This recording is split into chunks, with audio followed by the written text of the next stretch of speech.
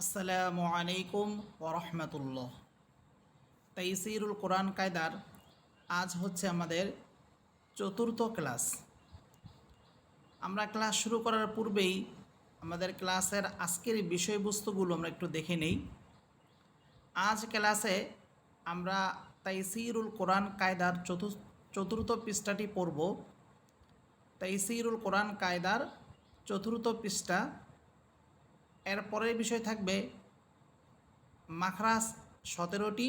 এই 17টির মধ্য থেকে 3 নাম্বার যে মাখরাজ, সেই মাখরাজ নিয়ে আলোচনা করব। এর পরের বিষয় হচ্ছে মস্ক। মস্ক শব্দের অর্থ হচ্ছে চর্চা করা, অর্থাৎ আমরা তৃতীয় ক্লাসে যেই এক হরফের বিভিন্ন রূপ পড়েছিলাম, ওই প্রত্যেকটি রূপ নিয়ে আমরা মস্ক করব বা আলোচনা করব। এখন আমরা আমাদের তাইসিরুল কোরআন কায়দায় চলে যাব। আপনারা দেখতেছেন এটা হচ্ছে তাইসিরুল কোরআন কায়দার চতুর্থ পৃষ্ঠা। ডান পাশে দেখেন 4 নাম্বার পৃষ্ঠা 4 লেখা আছে। এটি হচ্ছে তাইসিরুল কোরআন কায়দার চতুর্থ পৃষ্ঠা। আমরা 4 নাম্বার পৃষ্ঠা শুরু করার পূর্বে এখানে গুরুত্বপূর্ণ যেই বিষয়টি নিয়ে আলোচনা করা হবে, সেই বিষয়গুলোর মধ্য থেকে একটি খুবই গুরুত্বপূর্ণ বিষয় হচ্ছে আলিফ এবং লামের মধ্যে পার্থক্য।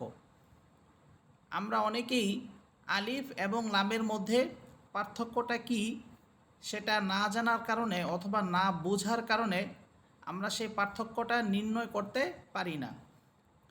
4 নাম্বার পৃষ্ঠায় আমরা প্রথমেই আলিফ এবং লামের মধ্যে কিভাবে পার্থক্য করতে হবে, কিভাবে আমরা আলিফ চিনব আর কিভাবে আমরা লাম হরফটি চিনব, সেই বিষয়ে প্রথমে আমরা আলোচনা করব। আপনারা 4 নাম্বার পৃষ্ঠার একেবারেই শুরুতে এক লাইনের একটি সংজ্ঞা লেখা আছে, দেখতেছেন। সেই সংজ্ঞাটি হচ্ছে আলিফ থাকে খালি যদি মিলে পিছনে, সামনে আর দুদিকে মিলে লাম। এখানে এক কথায় আলিফ এবং লামের মধ্যে একটি সুন্দর করে একটি পার্থক্য লেখা আছে। এখানে যদি আপনারা এই লাইনের লেখাটি যদি ভালোভাবে বোঝেন, তাহলে আপনারা আলিফ এবং লামের মধ্যে পার্থক্য নির্ণয় করতে পারবেন। দেখেন এখানে প্রথমেই লেখা আছে আলিফ থাকে খালি, অর্থাৎ আলিফ সবসময় খালি অবস্থায় আসবে, কারোর সাথে মিলে আসবে না।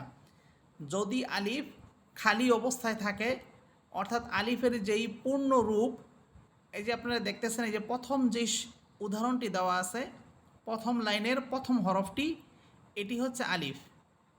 আলিফ যদি এইরকম খালি অবস্থায় আসে, অর্থাৎ কারোর সাথে মিলে না আসে, তাহলে সেটা হবে আলিফ।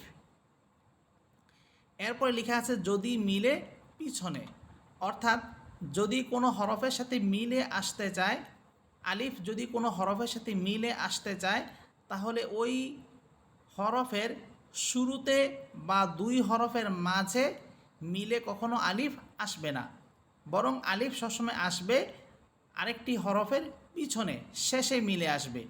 যেমন যার উদাহরণ হচ্ছে যে দ্বিতীয় হরফটি, আপনারা এই যে দেখতেছেন দ্বিতীয় উদাহরণটি, এটা হচ্ছে আলিফ।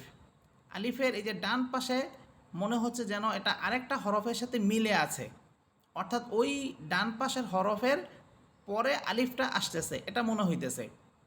তো এটাই বলা হয়েছে যে আলিফ থাকে খালি, যার উদাহরণ হচ্ছে প্রথম হরফ যদি মিলে পিছনে। যদি কারোর সাথে মিলে আসতে চায়, কোনো হরফের সাথে মিলে আসতে চায়, তাহলে সেটি ওই হরফের শেষে মিলে আসবে, পিছনে মিলে আসবে, শুরুতে এবং মাঝে কখনো আলিফ মিলে আসবে না। এটা হলো আলিফের পার্থক্য। এরপরে আছে লাম, সামনে আর দুদিকে মিলে লাম। সামনে বলতে বোঝানো হয়েছে যে আরেকটি হরফের শুরুতে যদি আলিফ মিলে আসতে চায়, তাহলে সেটা আলিফ হবে না, সেটা হবে লাম। যদি কোনো হরফের শুরুতে এইরকম লম্বালম্বিভাবে আসে, তাহলে এটা আলিফের মতো দেখা গেলেও এটা আলিফ হবে না, বরং এটা হবে লাম। এটা সবসময় মনে রাখবেন যে যদি শব্দের শুরুতে অথবা আরেকটি হরফের শুরুতে মিলে আসে, তাহলে সেটা হবে লাম। এই যে দেখেন এই হরফটি, এটা হচ্ছে লাম। এটা কেমন যেন বাম দিকে এর মাথাটা বের করা আছে, নিচে বাম দিকে আরেকটি হরফের সাথে মনে হচ্ছে মিলে আছে। এর দ্বারাই বোঝানো হয়েছে যে ওই হরফের শুরুতে মিলে আসছে। এরপরে আছে দুদিকে মিলে লাম। দুদিকে মিলে লাম এর উদাহরণ হচ্ছে এই যে 4 নাম্বার হরফটি, এটা কেমন যেন ডান পাশেও মিলে আছে, বাম দিকেও মিলে আছে, অর্থাৎ দুনো দিকেই হরফ আছে। তাহলে আমরা আলিফ এবং লামের মধ্যে খুব সুন্দর একটি অল্প কথায় একটি আমরা সংজ্ঞা পেয়ে গেলাম যে আলিফ থাকে খালি, যার উদাহরণ হচ্ছে প্রথম হরফ, যদি মিলে পিছনে, যার উদাহরণ হচ্ছে দ্বিতীয় হরফটি। সামনে আর দুদিকে মিলে লাম, সামনে লাম, তার উদাহরণ হচ্ছে তৃতীয় হরফ। আর দুদিকে মিলে লাম, তার উদাহরণ হচ্ছে এই যে চতুর্থ হরফটি। আচ্ছা, এরপর আমরা পরবর্তী যেই হরফগুলো আপনারা দেখতেছেন 1 2 3 4 5, এই যে 5 লাইনের মধ্যে পরবর্তী যে হরফটি দেখতেছেন সবগুলো হরফই আংশিক হরফ, কোনো একটি হরফই এখানে পূর্ণ রূপ নিয়ে আসেনি।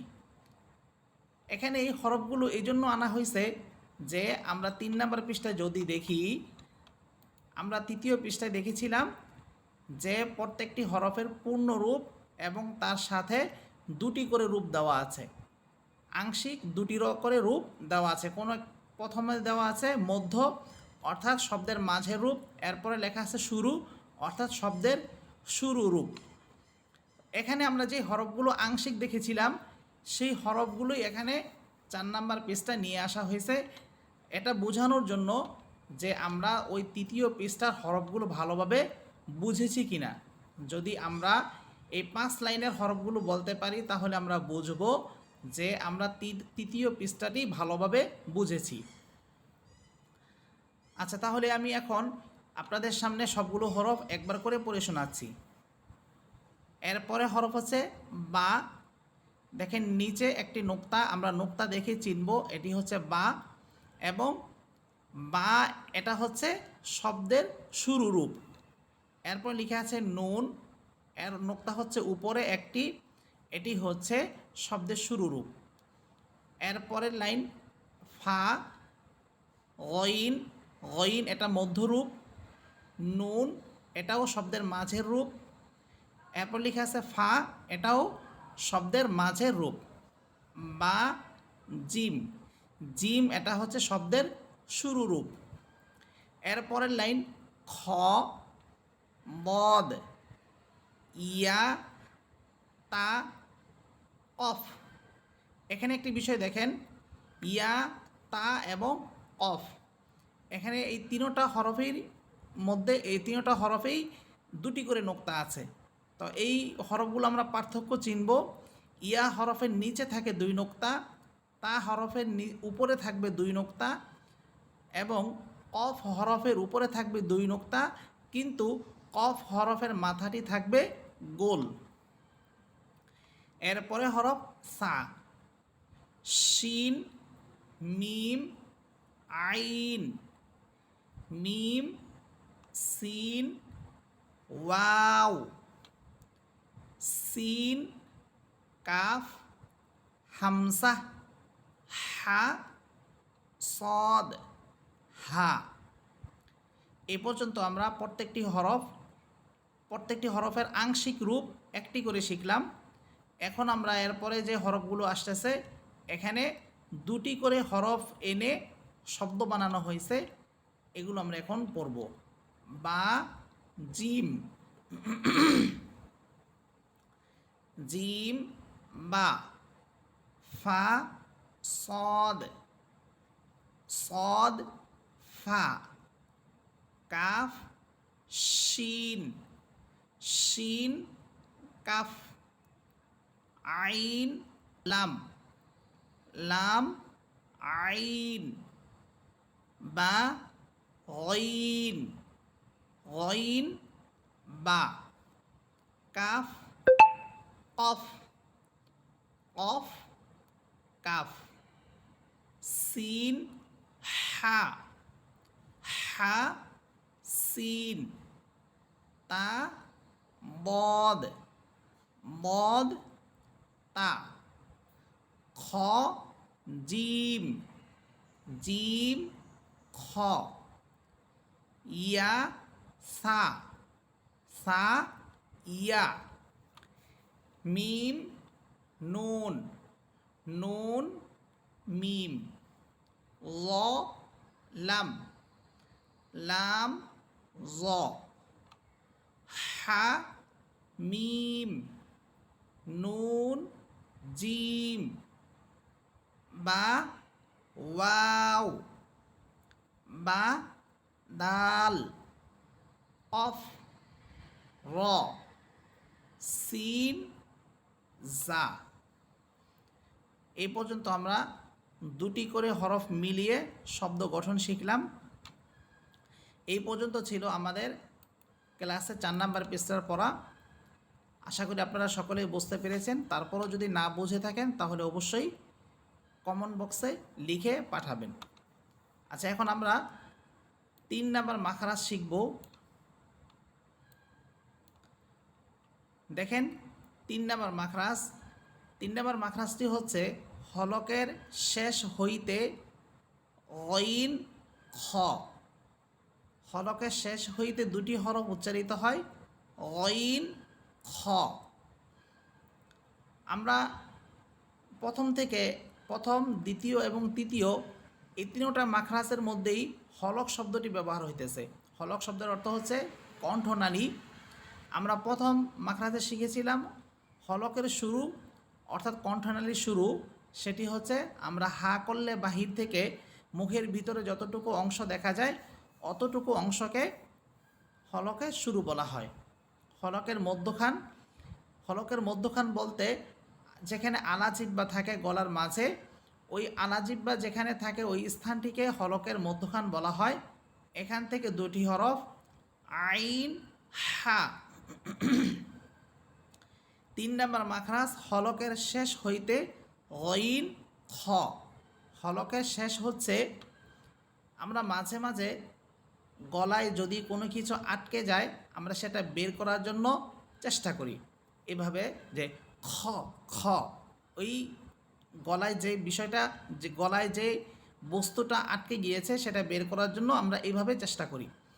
তো যেখান থেকে আমরা এইভাবে চেষ্টা করি ওই স্থানটাকে বলা হয় হলকের শেষ।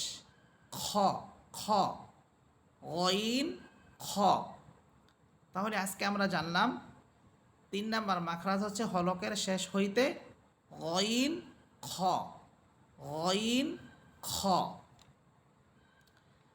তাহলে আজকে আমাদের ক্লাস 4 নাম্বার ক্লাস এই পর্যন্তই শেষ। সবাই ভালো থাকবেন। আসসালামু আলাইকুম।